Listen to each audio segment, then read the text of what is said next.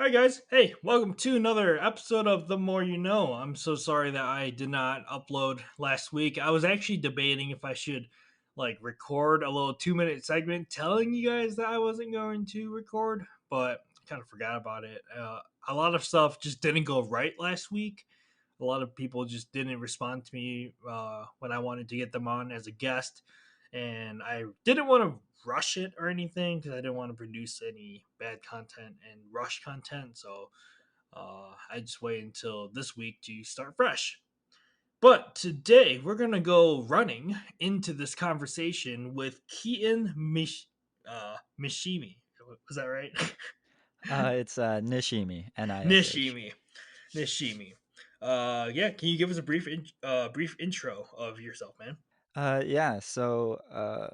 I have my own podcast, the So Far and Being podcast, where we talk about fitness. But I uh, I was a traditional high school athlete. I started playing basketball and soccer when I was really young, and got into more basketball in high school. But all my friends did running, so I got into cross country, and I just fell in love. So much so that well, it's been 6 years now well, 5 years now since I graduated, and I am a cross country coach. I've been coaching high school cross country and track for 5 years, and I'm also a coach at a youth running club, the Little Mountain Running Club. Um, and Yeah, it's been good. I've Outside of running, I also do some personal training, fitness training, resistance training for whatever clients. I've worked with about a dozen or maybe a dozen and a half over the past 3 years. But my real focus is on sports training, so uh, cross country, track, basketball. I give you credit. I give you credit for walking into not only track in the first place, but going into cross country first. Like for me, oh, I couldn't like my coach wanted me to do mid distance one year, and that just consisted of 400-meter runs, and that was probably the worst I've ever had shin splints for a track season, and that was the worst thing ever. Yeah, shin splints are rough. Yeah, that's I think that's probably the main problem people have with distance running is that the main thing you're battling is injuries. Like how much can you do without getting hurt, right? Yeah. And it happens pretty quickly if you're not ready for it. Yeah. So when you take on clients, say that they're a New Year's resolution person, and this year they want to get healthy, and maybe they want to do a half marathon or like a marathon by the mid by like mid year, and they don't have much experience with themselves. Can you take me through the process that you kind of take them through just to wean them into running, and then like how your training progresses, really? uh, all right. Well, if someone comes up to me and they haven't really been, well, they haven't run before at all or not for a very long time, I would probably advise against them doing a half or definitely full marathon within the year, because being able to do a full marathon in just a few months, it's very difficult. Uh, like former college runners that have been running, 9, 10 years of their life, or the past 10 years of life, even they struggle to adjust to marathon training. And obviously, they have different goals. They're not just trying to finish; they're trying to do well, right? But the marathon is very demanding. Uh, so I'd probably advise against that. But just so I try to set more realistic goals. Maybe doing 5K or 10K road races during the year. That's much more attainable. Oh, those hurt Um, so much. they do hurt, but they hurt much less than the marathon. Yeah, I ran a turkey trot on Thanksgiving.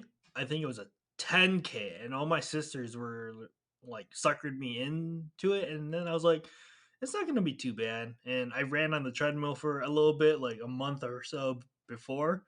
Hmm. Oh my god, Thanksgiving, I that was the worst pain I've ever been in because after the race, I couldn't move. I couldn't move. It hurt so bad to move or walk.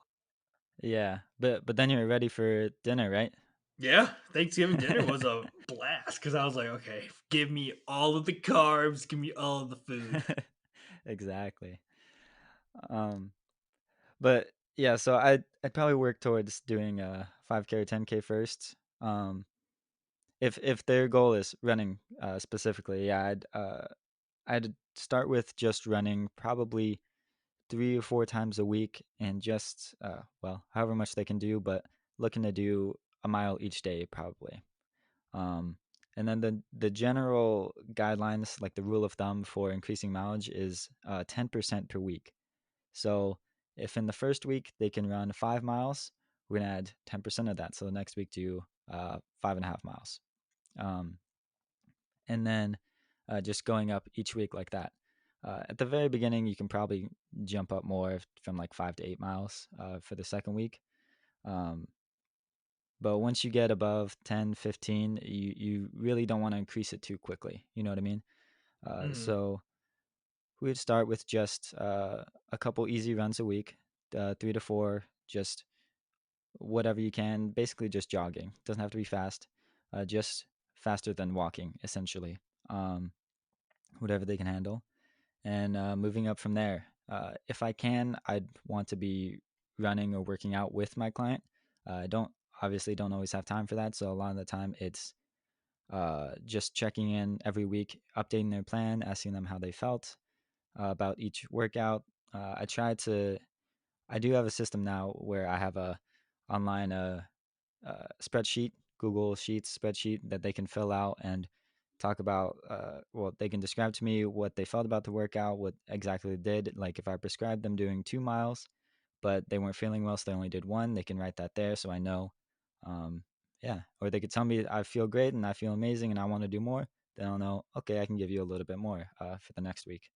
Yeah, I like that type of client coach communication because then, if you give them something, I know that a lot of people just give people workouts and then they just end it at that and then just keep giving the same workouts. But I do like the fact that you're taking their feedback into consideration when you're making their next plan. Question, because I heard that you said that you used to run with your clients. Hmm. Would you actually like pace, like act as their pace when you ran with them, or just there for like moral support? Really? Uh, well, uh, doing high school cross country when I was in high school, I really saw the importance of having workout partners, right? It's so much easier to focus and stay on task and like run the pace that you're supposed to, or even if it's not like a workout that where the pace is really important, it just helps having the people around you to keep you active and keep you doing it, right? It takes Hmm. much less like willpower to run with other people than it does by yourself. Like if you try and go do a long run 8+ miles by yourself, it's gonna suck. But if you have someone there and right beside you, going through the same thing with you, it just helps so much more mentally when you have someone with you. So with my clients, whatever they're running, I'll try to run with them. That's Um, awesome. yeah, or at least be there with them, depending on what the workout is. But yeah, definitely run with them because I just know how much of a difference it makes. Have you ever had clients that had flat feet? Yeah, definitely. So me myself, I do have flat feet myself, and for us, I know it's a struggle because since we don't have arches, for me when I start running in the beginning, it's hard for me because like the middle of my foot of where my arch would be would always get tight. Have you have you had a lot of experiences with flat-footed runners where they do that, and some tips that you could provide to help with this issue? Yeah. So with flat feet, the main issue is it comes down to some differences in how the ankle responds. Flat-footedness itself isn't too much of an issue. Um, it just changes the way energy transfers from well the ground up into your foot and then to your ankle is the main point where it changes. So I would probably work if I can focus on them a lot, give them a lot of attention. I mean, I'd work on some ankle mobility exercises, making sure the ankle is fluid and it's not getting like tightened up as they run. Um, because if the ankle's tight, that'll affect the calf, and it'll also affect the arch of the foot as well, all the little muscles in your foot. Um, I think that may have been what was happening with you. Like the energy goes from the ground to your foot, and then it's not transferring properly up the ankle into the rest of your leg, and so it's really tiring out those muscles in your foot, and that's caused like pain and burning in the muscles in the bottom of your foot. So I try to work on the foot and ankle mobility a lot. And besides that, the biggest thing for a lot of people when they're first starting to run is finding shoes that work. There's a lot of shoes that can help provide stability and more cushion that can help with different shapes and sizes of feet. Um, so I'd probably try to find a good shoe retailer and that can work with them and find them good pair of shoes. Gotcha. And since you bring up foot and shoes, let's talk about Nike versus Asics shoes. Really, like Nikes are kind of like the fashion athletic wear, and Yeah, as unpopular as it may seem, Nikes are not the best for running. no, they're not. They're Yeah, it's exactly what you said. They're fashion shoes a lot of the time. They're gonna make really pretty ones, and they're also way overpriced for what they do for you, just because it's Nike and everyone wants a Nike, right? Yeah. They want the swoosh. um, but no, Nikes aren't generally that good. There's some. They do have lots of lines of running shoes, especially because for their athletes, their running team, the Nike Athletics. All right. So some of their shoes are pretty good, but they're going to be overpriced, and I find they're a lot of the money into these shoes goes more into like you said, the fashion and the colors and stuff. Not There's not a lot of development on the technology of like the cushioning and what's actually good for the foot. So also find the Nikes wear out much faster. If you're going to be putting like uh, 30 miles a week in these shoes, they're going to wear out in like probably 100, 150 miles versus most like good pairs of running shoes like Asics or Brooks. Mine are New Balance right now. They'll last more like 400 or 500 miles. Whereas the Nikes, I found they wear out pretty quickly. The tread on the bottom and the support wears out around like 150 to 200 miles. So you have to buy them like twice as often. Yeah, it's a shame that people don't realize that sometimes because Nike is just like the athletic brand that a lot of people see. Like they market themselves really well on being the shoes or the clothing for athletes, and Yeah, people don't really look at like Asics, Brooks, or New Balances because it's not like the sexy brand out there for athletes. exactly. Yeah, Nike is great if you're not doing like a lot of serious working out. Yeah, If you're like if just, you're just going to the gym and like just work and just like lifting weights, then yeah, it's a good Nikes are a good gym shoe. yeah, they're fine. They're just not good for a lot of like heavy use, I think, is the issue. When you're looking for running shoes in particular, what do you really look for? Despite the brands, because I don't know if the brands have their own like special type of shoe tech that they offer, but like when you're looking for like a long distance shoe, what do you normally look for?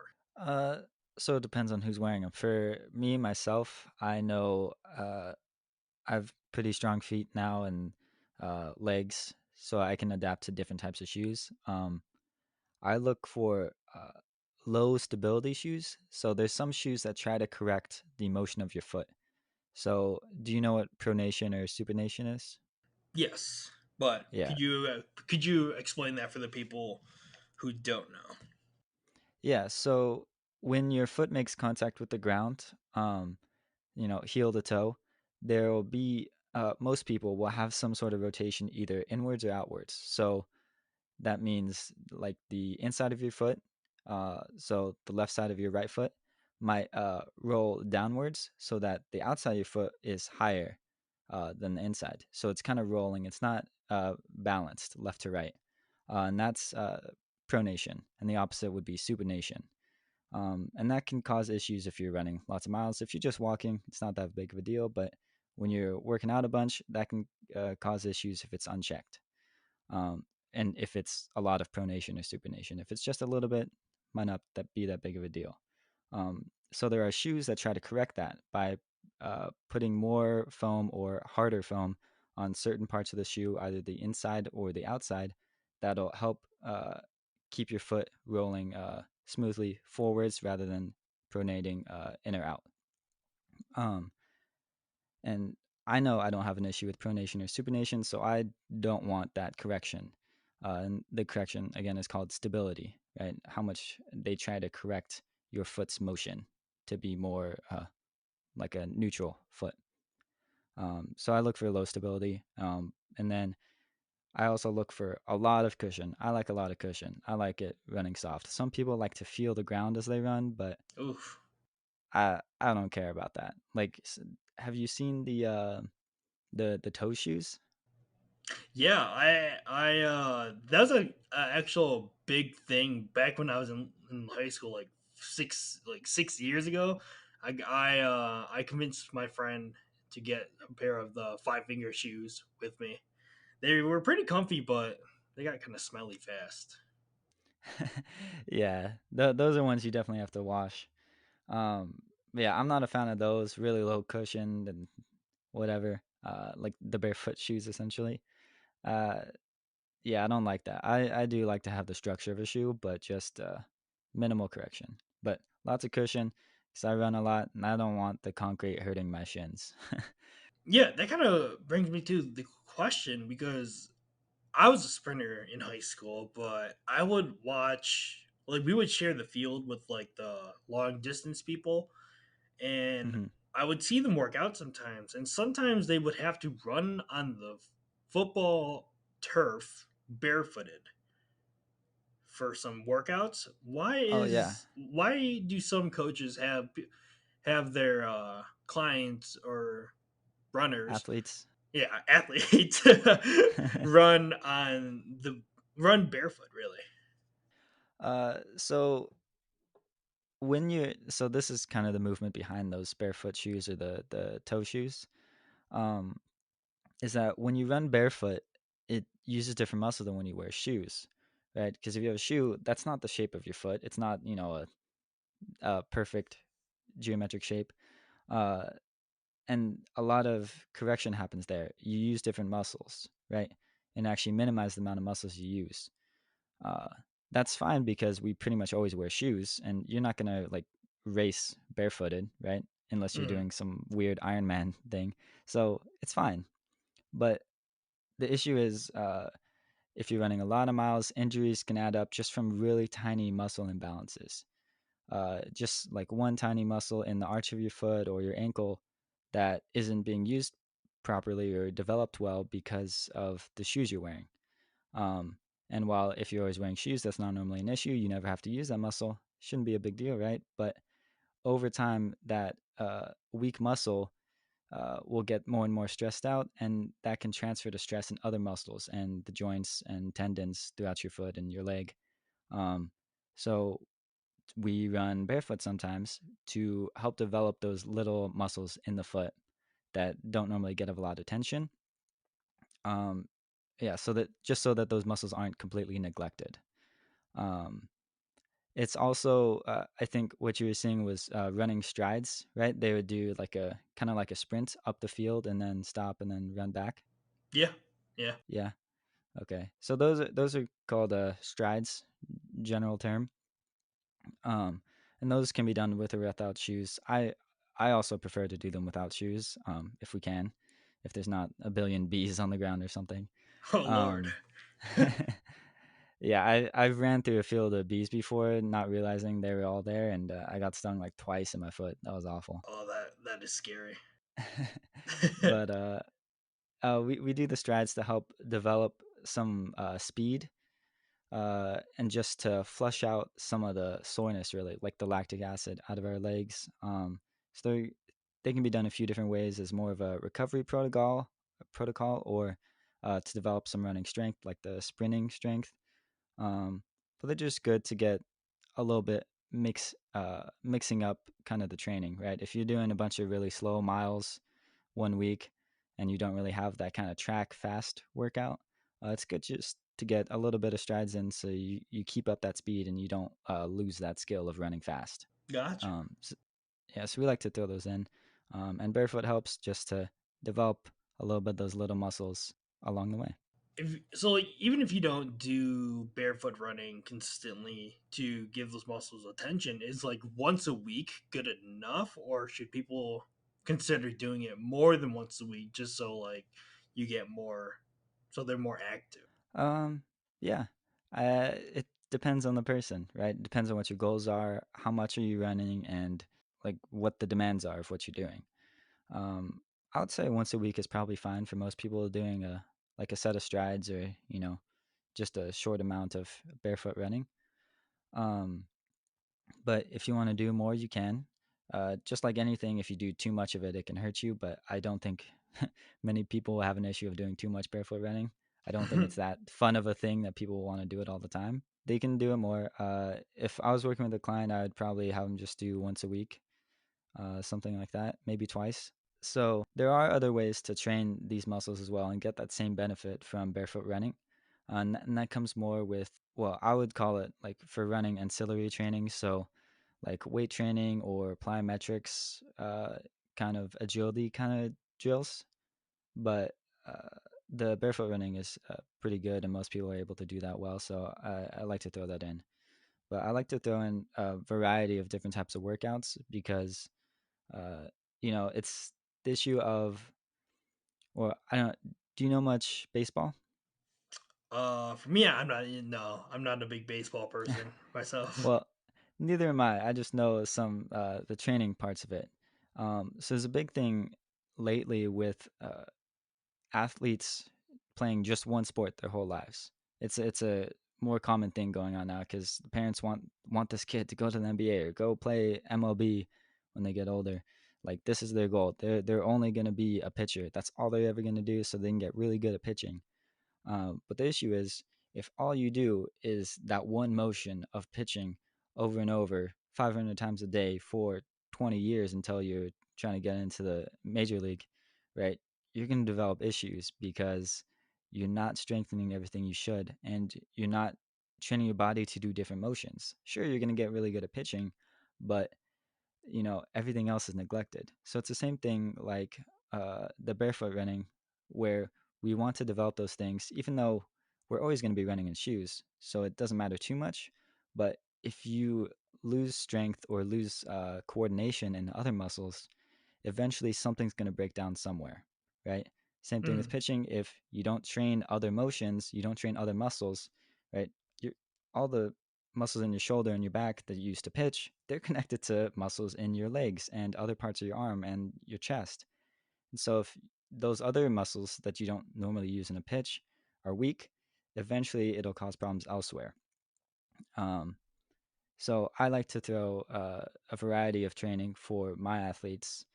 I'm not gonna, be making my runners do 1,000 bicep curls or anything, but I would have them do different types of training. So lateral training, like you might see a soccer or football player do, just because sometimes you need those other muscles to help you run. You know. hmm Yeah, yeah. That was a big thing in high school too. Some of the football players, the football coach would actually encourage them to join the track team just so one they can work out like a track runner and do like the Hmm. workouts that they do and to increase their speed. But yeah, you hit the nail right on the head with that topic where doing other things other than what you're specialized in is going to help you out in the long run because you're developing kind of like like the the muscles in the background that are doing work too, but that aren't Hmm. really getting much attention in your specialization. Yeah, exactly. Uh, yeah, some people focus on just doing one thing all the time, and if you're trying to be a professional athlete, I guess that's okay. But you should really be doing strengthening everywhere. But I know most people I work with aren't going to be professional athletes. Some of my high school runners have gone on to run in college, and sometimes they run semi professionally after college as well. But Uh, for most people, that's not what's going to happen, right? Most people aren't going to be even be able to compete in sports in college, and definitely most of them aren't going to be able to be professionals. Very few people will be. So I like to focus a more holistic program. It's not all about being as fast as possible and being, super competitive. I want to build athletes for life, right? And I want to build healthy people. That's what I want people to, my athletes to be. I just want them to be more healthy and to create healthy habits. So I'm not just going to make them really good at running 3 miles. Like, that's not that useful of a skill in of itself, right? I want them to be able to run their whole life, though, at least a little bit, because that's healthy. That's a good thing to be able to do.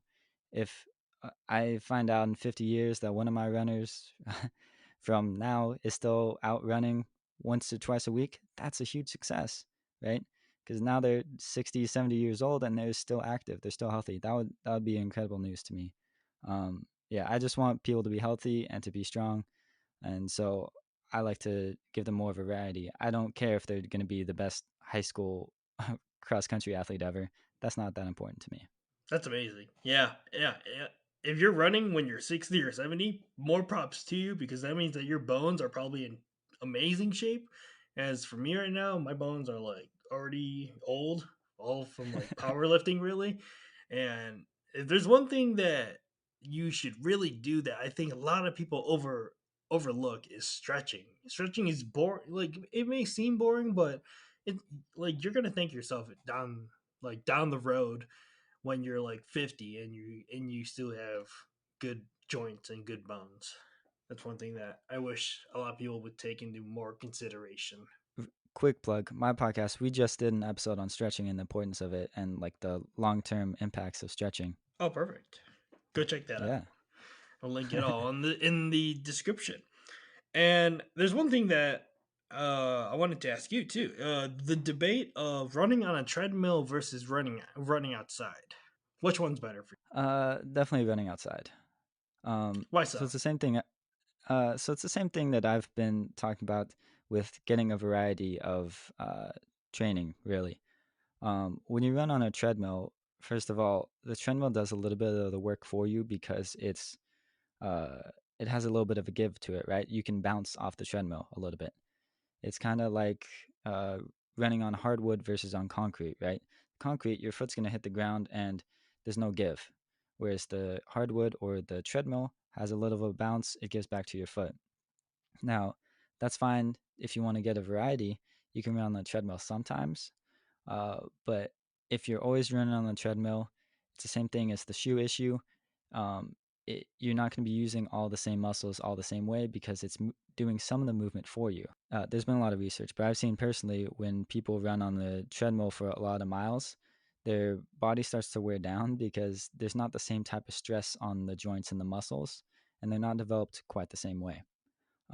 If you're on vacation and you're just running on treadmill for a week in the hotel or whatever, that's not a big deal. But if you're doing it for most of your training, it can cause some issues. Uh, that's why I prefer running outside, running on trails, concrete, grass, whatever, getting a variety so that, well, one, it's more fun than just running on treadmill for an hour at a time because you get to look at things, but also it's better for your feet to have a variety of surfaces that it's running on. Yeah, I definitely agree with that part of it. I know that I switched from running on a treadmill in the summer to running outside. First, the big thing that was a very big change to me was the environment and the air quality outside. Like I'm in the south right now, so running in the summer was brutal because it's just really dry heat. Um, Yeah. when you run like long distances, like how do you carry water with you? Like, do you buy one of those like hiking like little pouches where you can just strap onto your back and just have like a little straw sticking out, or do you actually have like a mini water bottle that you also take? So for most runs that I do, I don't need water. Uh, your body only really needs like a resupply of water if you're running over like uh, maybe 12 miles, but Good I'd lord. say at least 10 miles at a time, or if you're hiking for a long amount of time, because it has more to do with the time than like the miles that you run. Um, so it's really only after like 60, 70 minutes where yeah, your body needs that water. You're going to be thirsty as you run, of course, but you'll be fine if you don't drink within an hour and if you can get water after your workout. Um, but sometimes I go on hikes or like semi runs through hiking trails kind of thing where I know I'm gonna be not gonna be back for a while.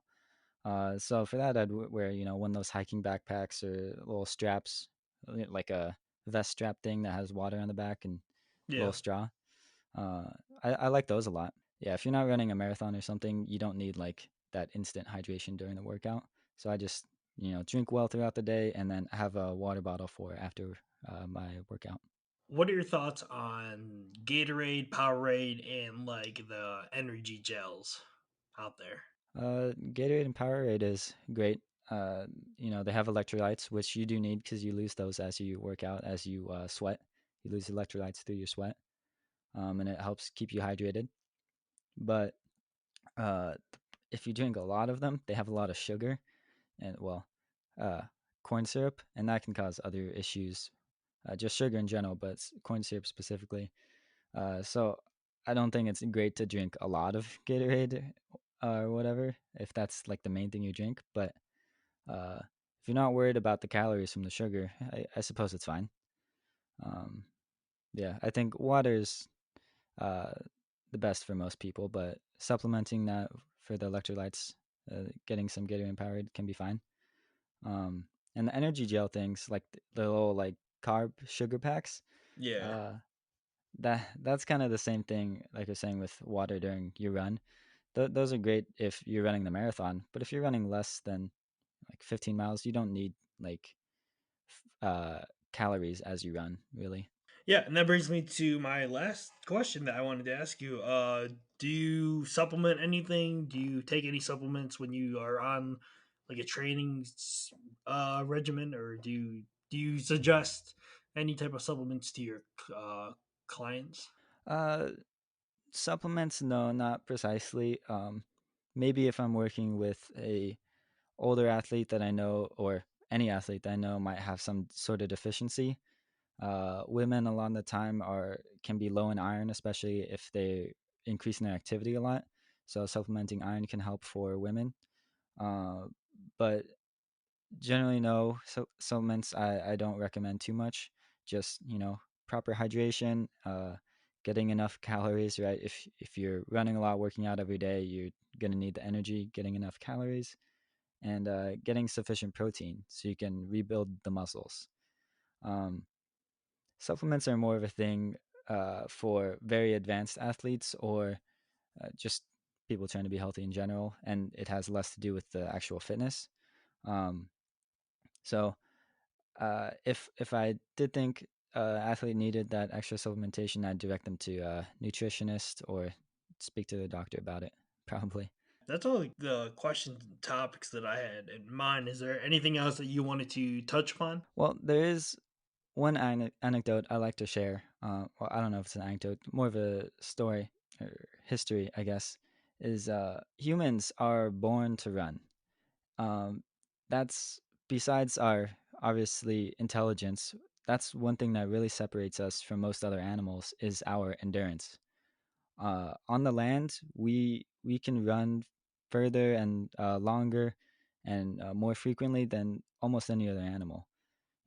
Cheetahs are way faster than us, but they can only sprint, right? They can't. Humans would, they'd track deer through hundreds of miles until they'd find it and they have an opportunity to, well, hunt it and eat it, right? We didn't have the sharp claws or teeth to take down an animal that quickly. We would pound it with a rock and then chase it as it bleeds out. Sorry for the gore there, the gruesomeness, but um, that's how we survived hunting and gathering. We'd have to find a couple berries and then run until we find more berries. So we need to have that endurance. So humans, other than our intelligence, the one adaptation that we really have over other land animals is our endurance.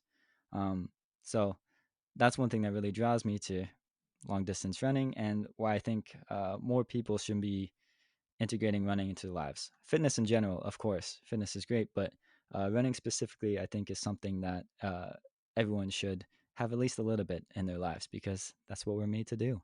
Yeah, I love that. It's really, I know that a lot of people may look down on running because there's a lot of arguments out there. One, people just don't like running. I know that a lot of bodybuilders are always like cardio is cardio, so no, thank you. Um, People also make the claim that running is bad for your joints, so they try to stay away from that. I've heard that one a couple of times. And just running, it's not like that sexy sport out there. Like if you go No. and say like, "Hey, dude, I just ran 5 miles," like no one's gonna be like, "Oh my god, no way." But if you go up to someone and say, "Hey, I just benched like 315," and then they're just like, "Whoa, what the heck, dude?" Yeah, But I can say that exactly. when I started running myself, there were a lot of life benefits and like just benefits in general, like health benefits that I've noticed in like throughout my life that came from running. And I think that a lot of us should go out there. One is it's actually really fun if you have like a good playlist, or if you're the type to listen to like podcasts or someone talking. That's a good way to catch up on your podcasts and enjoy and see the beautiful scenes around you. Yeah, I agree completely. Running is great. Last question before we wrap up here. What do you listen to when you run? I try not to listen to things as I run. I like to listen to my body, focus on what I'm feeling, my joints, my muscles, and really focusing in on that. But sometimes I will listen to a podcast just off of my phone speakers. Normally, it's something about running again to get me thinking about running as I'm running. Yeah. uh, but yeah, I listen to some running podcasts. You live, breathe running, really. Yeah, it's my life. But Keaton, I think that's all the time that we have today. Thanks so much for joining me. Where can my listeners find you? Yeah, so I am one half of the So Far Unbeaten podcast. We have episodes every Monday on fitness, and we also have a casual free talk series every Friday. So 2 episodes a week if that's what you're into. It's the So Far Unbeaten podcast. Find us wherever you get your podcasts. And I think we are probably the only podcast with a name anything like that. I've searched it, and we're always the first and only result. So if you search up So Far Unbeaten, you'll find us. We're also so_far_unbeaten on Instagram. Give us a follow there and check out our posts. All right. Thanks so much. I will have all of those links linked in the description of this podcast. And guys, it's not too late. It's only February of the new year. Um, there's still time to get back on track on being healthy and starting those healthy habits. And one thing that you could start now is running, because I know that a lot of people are still probably staying inside since everything's really shut down, so going out for a run in your neighborhood isn't going to be too bad. So give it some thought. I know that I'm going to try to start running next week if the weather is good and not raining. But Keaton, thanks so much for coming on and spreading some knowledge about running and kind of like the benefits and what people can do to get really started in their journey. Yeah, of course. Thanks for having me. All right, and that's a wrap. I hope you enjoyed this show of The More You Know. If you enjoyed this episode, please consider rating this podcast on Apple Podcasts. It'll certainly help me out in the algorithm, and be sure to subscribe or follow to The More You Know on your favorite podcasting platform like Spotify, Apple Podcasts, or Google Podcasts, or any of your favorite podcasting apps. And lastly, if you would like to contribute to The More You Know, you can head over to anchor.fm// The More You Know Pod and contribute any monetary value to help the quality of the show, and in the future bring on some more interesting guests. Thank you so much, guys. I appreciate all of my listeners, and I hope you guys have a wonderful week.